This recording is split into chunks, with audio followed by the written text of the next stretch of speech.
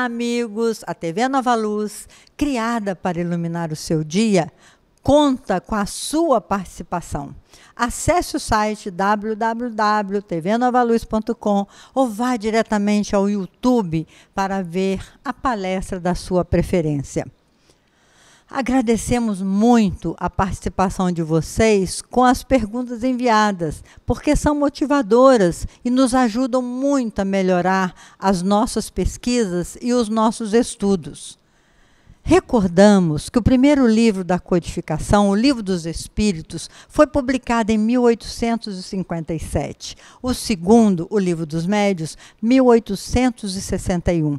O terceiro, Evangelho segundo o Espiritismo, em 1864. O quarto livro, O Céu e o Inferno, em 1865. E o último publicado foi a Gênese, em 1868. Você já leu todos eles, não?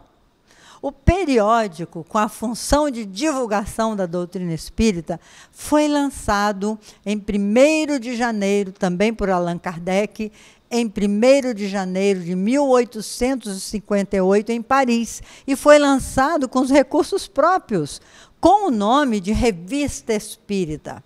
Tinha como subtítulo Jornal de Estudos Psicológicos, uma vez que, igualmente, eram publicados estudos sobre aspectos da psicologia humana. Destacamos o terceiro artigo escolhido no mês de maio do ano de 1866. Vamos ver no slide 1. O artigo, Kardec intitulou: Se Deus está em toda parte, por que não o vemos? Será que o veremos quando deixarmos a Terra? São perguntas que se formulam todos os dias. A primeira é fácil de responder, porque, sendo seres limitados, as percepções dos nossos órgãos visuais, que muitas vezes não nos deixam perceber nem os fatos materiais, nos tornamos inaptos a ver muitas coisas. Alguns fluidos nos fogem totalmente à visão e aos instrumentos de análise. Vemos os efeitos da peste, mas não vemos o fluido que a transporta. Vemos os corpos em movimento, sob influência da força da gravitação, mas não vemos essa força. Os nossos órgãos materiais não podem perceber as coisas de essência espiritual. Visão espiritual. Unicamente com a visão espiritual é que poderemos ver, ou que podemos ver, os espíritos e as coisas do mundo material. Somente a nossa alma, portanto, pode ter a percepção de Deus. A alma poderá ver Deus logo após a morte? A esse respeito, só as comunicações do além-túmulo nos podem instruir. Por elas, sabemos que a visão de Deus constitui privilégio das almas mais depuradas, e são bem poucas, que ao deixarem o envoltório terrestre, se encontram no grau de desmaterialização necessária a tal efeito. Algumas comparações vulgares o tornarão facilmente compreensível. Uma pessoa que se acha no fundo de um vale, envolvido por uma densa bruma, não vai ver o sol.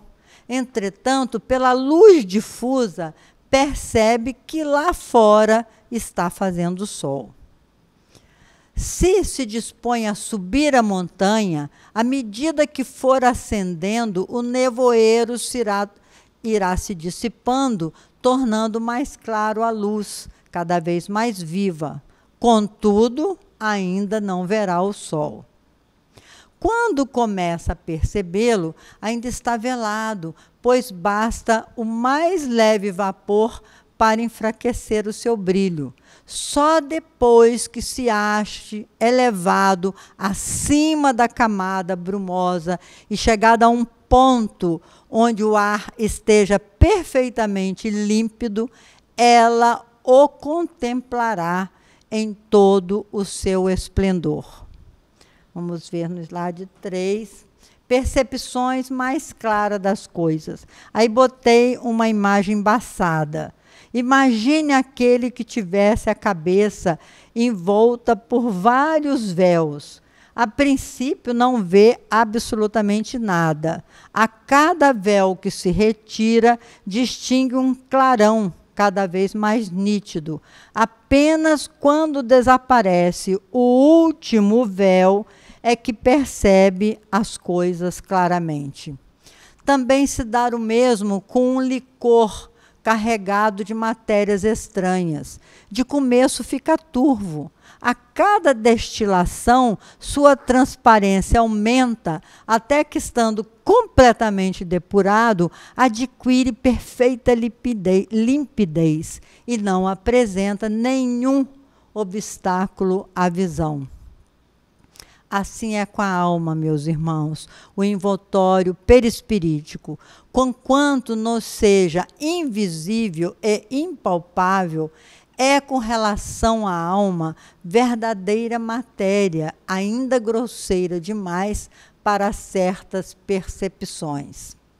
O perispírito, porém, se espiritualiza à medida que a alma se eleva em moralidade. As imperfeições da alma são como véus que obscurecem a sua visão.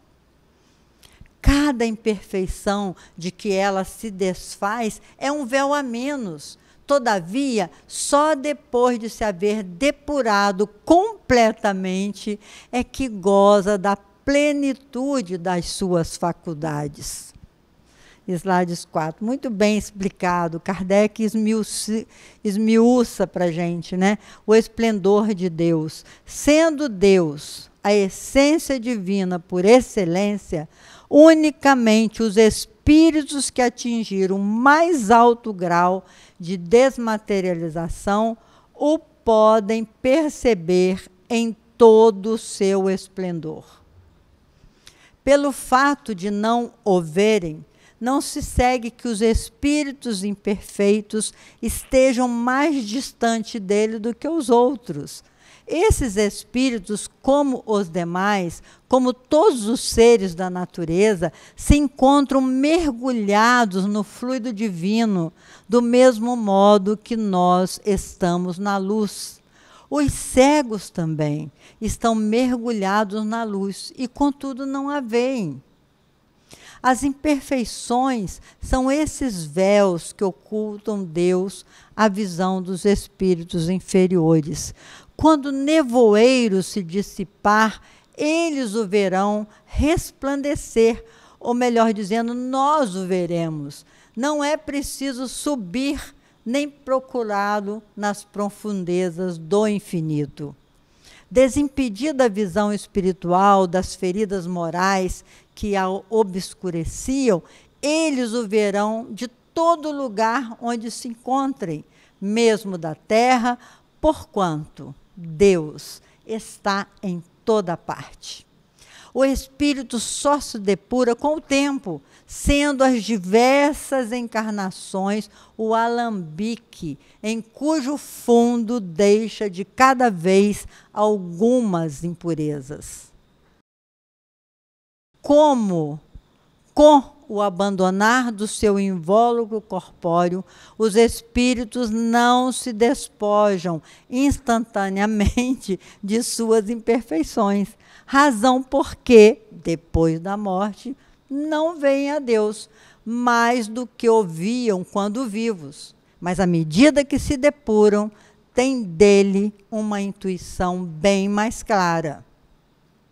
Não o veem, mas o compreendem melhor. A luz é menos difusa.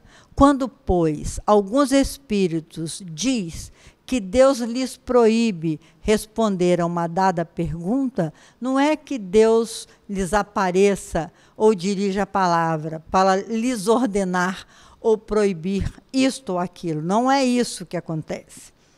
Vamos ver o que diz Kardec. Sentir a presença de Deus. Os espíritos melhores sentem a presença de Deus, recebem os eflúvios do seu pensamento, como nos sucede com relação aos espíritos que nos envolvem seus fluidos, embora não os vejamos. Obrigado, Deus, por iluminar a minha vida. Linda imagem.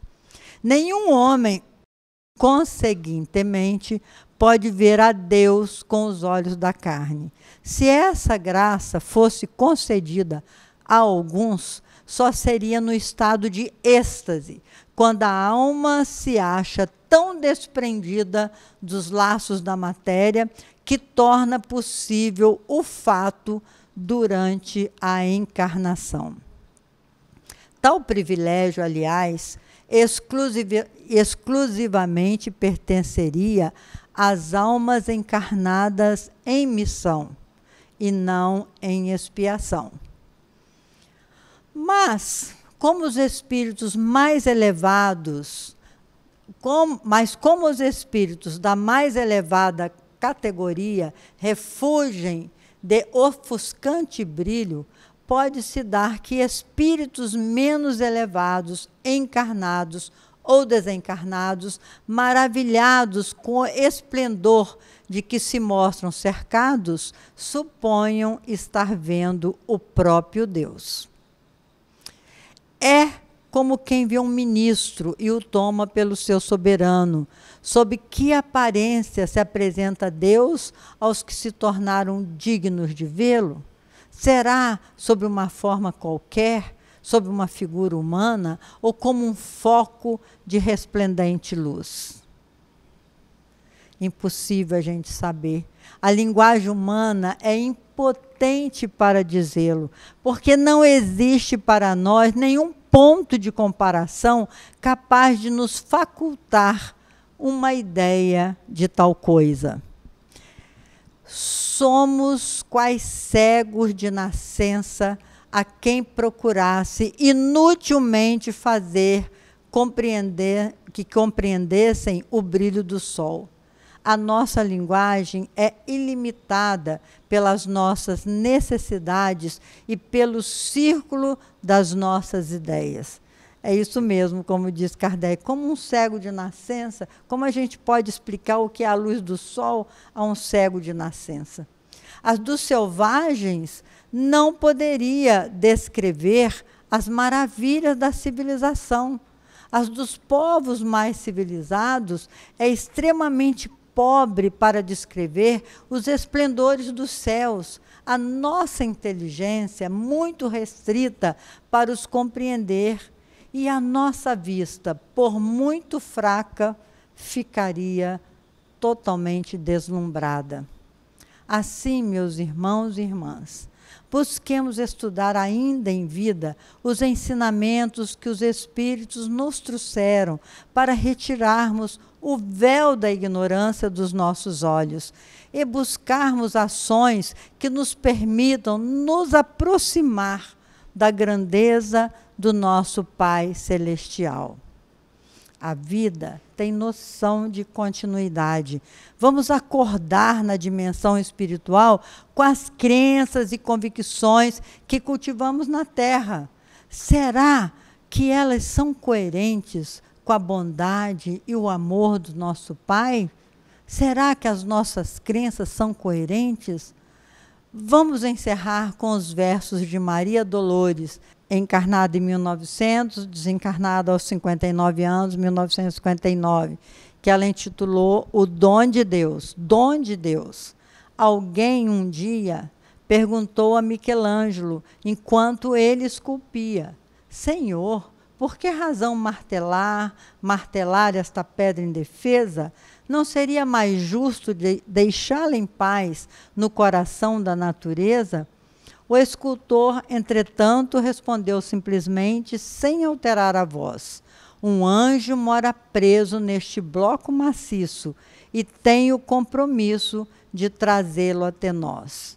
E Maria Dolores finaliza: assim também, alma querida, quando a dor te ameace ou te amarfanhe a vida, não grites maldições, nem fabrique labéus. A prova é a força que te aperfeiçoa. A dor nasce de Deus por dom profundo que te arranca do mundo para brilhar nos céus. Muito obrigado, Maria Dolores, que Deus te abençoe e até o nosso próximo encontro, se Deus quiser.